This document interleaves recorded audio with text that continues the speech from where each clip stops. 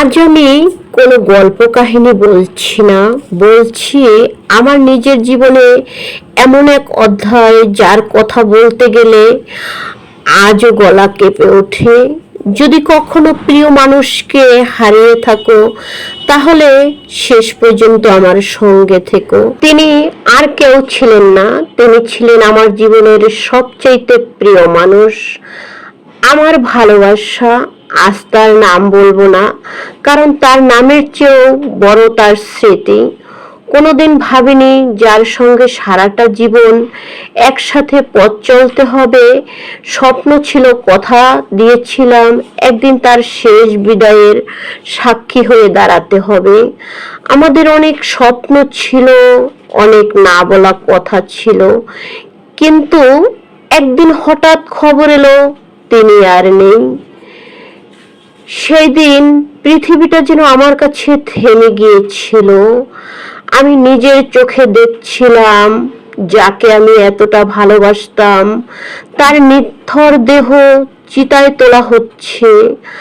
আমি দাঁড়িয়েছিলাম, কিন্তু ভেতরে ভেতরে আমি যেন পুড়ে যাচ্ছিলাম আগুনে। শুধু তার দেহ নয়, আমার স্বপ্ন, আমার হাসি, আমার ভবিষ্যৎ, সব কিছু ধীরে ধীরে ছাই হয়ে যাচ্ছিল। তবুও চোখের জল মুছে দাঁড়িয়েছিলাম, কারণ এটাই ছিল তার শেষ বিদায়। আজ মনে হয় এমন তো কথা ছিল না।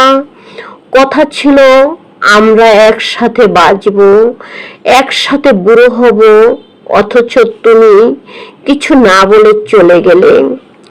আগুনের দিকে তাকিয়ে আমার মনে একটাই প্রশ্ন ঘুরছিল, আমি এখন কি নিয়ে বাঁচবো?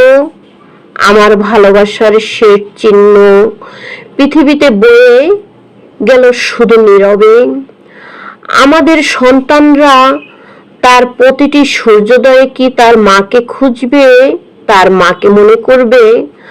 তারা কি বড় হয়ে বুঝবে তাদের মা কতটা ভালোবাসতো তার প্রিয় মানুষটিকে? এক সময় তুমি হাতে একগুচ্ছ গোলাপ নিয়ে আমার সামনে দাঁড়াতে, আর আজ তুমি ফুল নিয়ে সেই জায়গায় দাঁড়িয়েছি। তুমি নয়, আমি।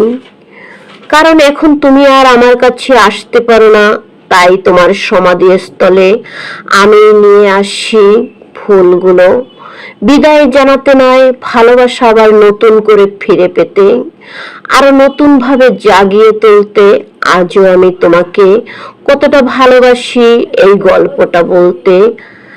আজ প্রতিদিন সকাল শুরু হয় তোমার স্মৃতি দিয়ে, আর প্রতিটি রাত শেষ হয় তোমার না মুখে নিয়ে, মনে জাগিয়ে তোলে আমার স্বপ্ন।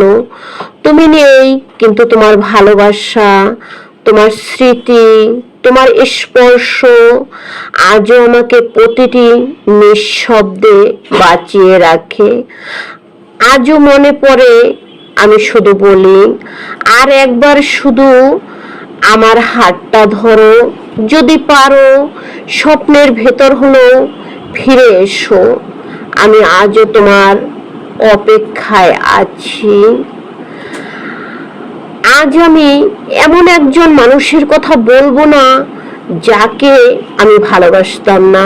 আমি তাকে প্রতিদিন নতুন ভাবে জাগিয়ে তুলতাম, কারণ আমার ভালোবাসাকে আমি প্রতিদিন নতুন নতুন রূপে দেখতে চেয়েছিলাম। একদিন বিকেলে তিনি বলছিলেন আমি খুব তাড়াতাড়ি ফিরে আসব। আমি বিশ্বাস করেছিলাম, দরজার দিকে তাকিয়ে অপেক্ষা করলাম, কিন্তু সেই ফেরা আর হলো না। হঠাৎ একটি ফোন কল আমার পুরো পৃথিবীটাকে বদলে দিল। বলা হলো তিনি আর পৃথিবীতে নেই। আমি বিশ্বাস করতে পারছিলাম না। মনে হচ্ছিল কেউ যেন নিষ্ঠুর মিথ্যা বলছে আমাকে। যখন তার নিথর মুখটা শেষবারের মতো দেখছিলাম, মনে হচ্ছিল তিনি এখনো চোখ খুলে বলবেন, আমি তো আসছি। কিন্তু তিনি আর কথা বলেননি। আজ আমি আলমারির দিকে তাকিয়ে ভাজে ভাজে তার লেখা চিঠি খুঁজি। ছোট্ট চিঠিগুলো যত্ন করে রেখেছিলাম, প্রতিটি অক্ষরে আজও তার ভালোবাসার স্পর্শ খুঁজে পাই। রাতে আঁধারের দিকে তাকালে মনে হয় হয়তো সবচেয়ে উজ্জ্বল তারাটা তিনি। আজও আমি অপেক্ষা করি, হয়তো কোনো একদিন স্বপ্ন এসে বলবে, এই কেঁদো না, আমি তো তোমার কাছেই আছি। এমন স্বপ্নে বিভোর হয়ে আমি প্রতিটি রাত ঘুমাতে যাই, জানি সে ফিরবে, কিন্তু কিভাবে ফিরবে তা জানা নেই। তবে সে যদি না ফিরে, আমি ফিরে যাব তার কাছে, সেই অনন্তের জগতে। তুমি শুধু আমার জন্য অপেক্ষা করো, আমি আসছি তোমার দ্বারে। তখন দুজন মিলে আবার একসঙ্গে অনেকটা পথ হেঁটে যাব। এই স্মৃতি কখনো ভোলার নয়। তুমি যেটা আমার কাছে গচ্ছিত রেখেছিলে, আমি সেই অপেক্ষায় তোমার কাছে ছুটে আসছি, শুধু সময়ের প্রয়োজন।